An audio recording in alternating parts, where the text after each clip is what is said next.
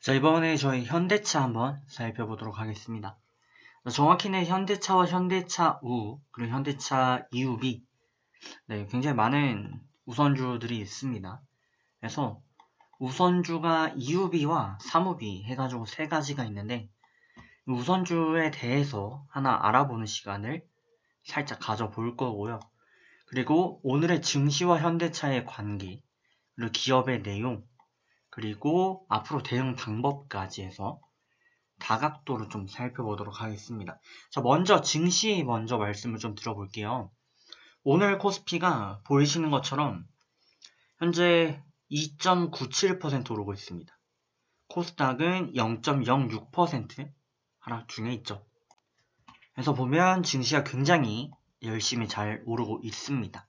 그죠? 그래서 오늘은 호황이에요. 맞습니까? 아니죠. 오늘은 폭락장입니다. 무슨 개벽다구 같은 말이냐? 자, 보시면 코스피 등락 보시면 상승은 392종목이고요. 하락은 464종목입니다. 코스닥은 더 심각합니다. 지금은 좀 올라왔는데 452개 상승 중이고요. 878개 하락 중입니다. 그럼 코스닥 같은 경우는 상승 종목보다 하락 종목이 2배 더 많다. 보통 이 정도를 그냥 증시로 평균화 시키면 대략 한 마이너스 1에서 마이너스 2% 정도 밀리는 체감이 왔습니다. 근데 현대차가 급등 중이죠.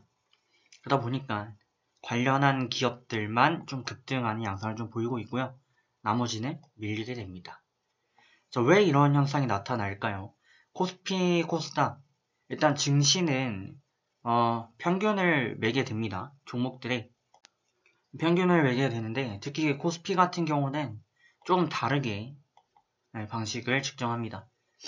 코스피 같은 경우는 모든 종목들의 시총을 더해서 코스피 200이면 200개 종목이 이고요. 거기서 시총을 계산한 다음에 그에 따라서 주가를 나누게 됩니다. 자, 그러면 우리나라의 시총이 높은 기업들이 몇 개 있어요. 그 중에 대표적인 게 뭐 삼성이 있을 거고요. 또 현대 있을 거고 뭐 LG 이런 거 있습니다. 그죠? 그래서 얘네들이 사실상 우리나라 30대 대기업이 현재 차지하고 있는 코스피 시장 비율이 뭐 70%? 그런 말이 있죠. 그러니까 얘네가 오르면 증시는 오르고 얘네가 내리면 다른 게 아무리 올라도 증시는 반대 현상을 보일 수밖에 없는 그런 착시 효과가 나타나는 거고 현재도 마찬가지로 종목 수는 392개가 올랐지만 463개가 하락을 했지만 증시는 올라 보인다 라는 측면. 그래서 지금 코스피의 견인차 역할을 하는 종목은 현대차다. 네, 선은 좀 너무 길었는데 그럼 이제 넘어가서 우선주 한번 살펴보겠습니다. 현재 보시면 현대차 우가 있고요. 또 현대차 EUB가 있습니다. 그리고 현대차 사무비가 있죠. 자, 그럼 우란 무엇인가? 우선주를 뜻하는 거죠. 우선주, 그럼 우가 안 붙은 거는 보통주입니다. 무슨 차이가 있죠? 보통주 같은 경우는 의결권을 행사할 수가 있습니다. 우선주는 의결권이 없어요. 주주 참여권이 중요할 수도 있고 안 중요할 수도 있는데 투자자별로 다릅니다. 근데 나는 이 주식에 투자를 하는데 이거에 배당금을 조금 더 많이 먹고 싶어. 그리고 나는 딱히 이 기업에 의결권을 행사할 일이 별로 없을 것 같아. 하면 우선주를 매수하게 되는 것이죠. 그래서 우선주 같은 경우는 배당금을 조금 더 주는 경향이 있고요. 보통주 같은 경우는 본주죠. 보통주는 우선주에 비해서 배당금은 조금 적지만 의결권을 행사할 수 있다. 그런 부분이 있습니다. 참작해 주시면 좋겠고 그러면 다 우선주만 매수하면 무조건 수익성이 높나요? 하실 수도 있어요.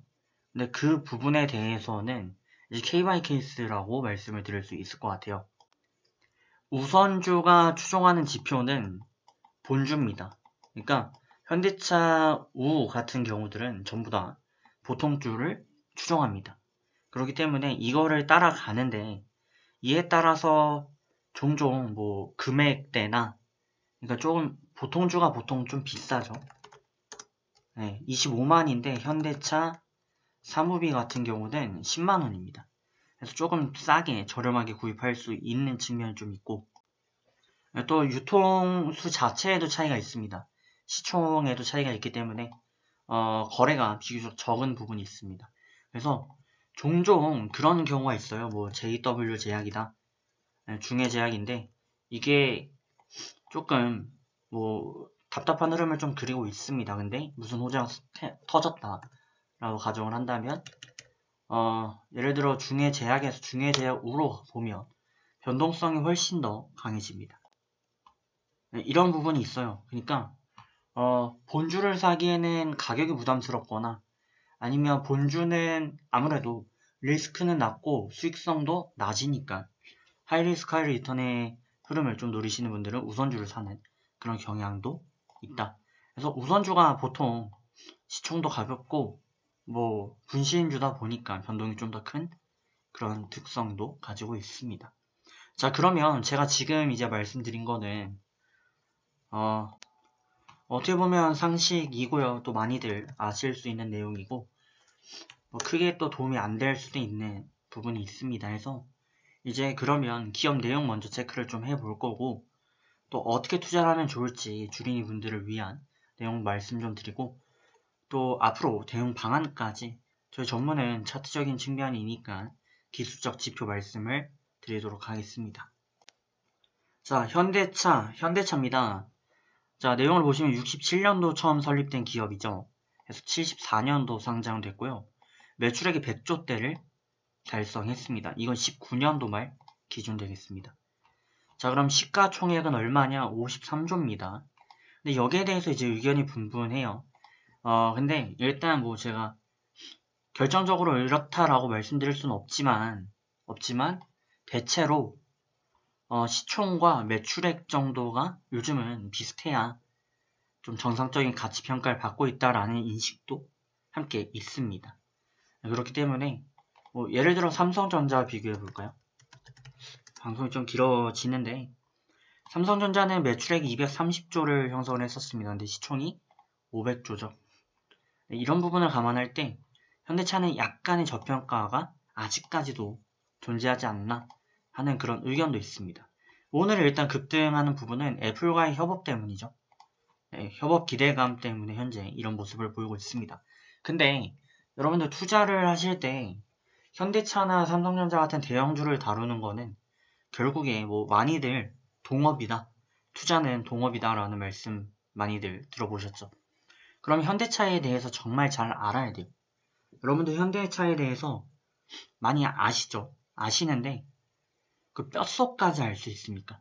예를 들어서 1년 후에 어떠한 기종을 낼 거고 차종을 낼 거고 그 차종의 앞으로 생산 대수는 얼마가 될 것이며 또 그 시장은 SUV인가 어딘가 해서 그 부분에 대해서 얼마나 가능성이 있는가, 그리고 또 전기차는 언제쯤 더 많이 나올 거고 수소차는 또 어떻게 할 것인가 등등등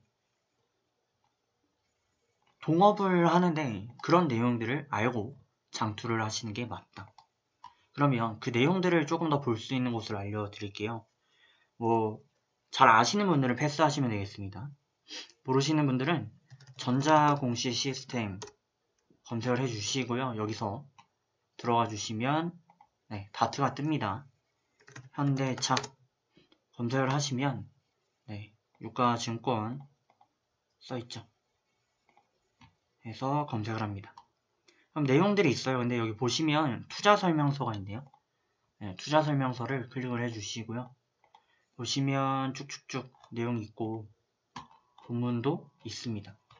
투자 설명서 말 그대로 여러분들이 이제 투자하실 때 필요한 설명 내용인데 제가 좀 더 드리고 싶은 내용은 여기에는 없고 페이지를 좀 넘겨서 보시면 쭉쭉 보시면 네, 일단 저는 정기 공시를 클릭을 해가지고 너무 많다 보니까 분기 보고서를 하나 찾아냈습니다. 그래서 이걸 보시면 9월달에 대한 3분기 보고서 내용이기도 하고 11월달에 작성한 내용입니다. 여기서 사업의 내용, 클릭을 좀 해주시면 나와 있습니다. 산업의 성장성 해서 내용 나와 있고요. 경기 변동의 특성, 계절성 등등등 많은 내용들이 나와 있습니다.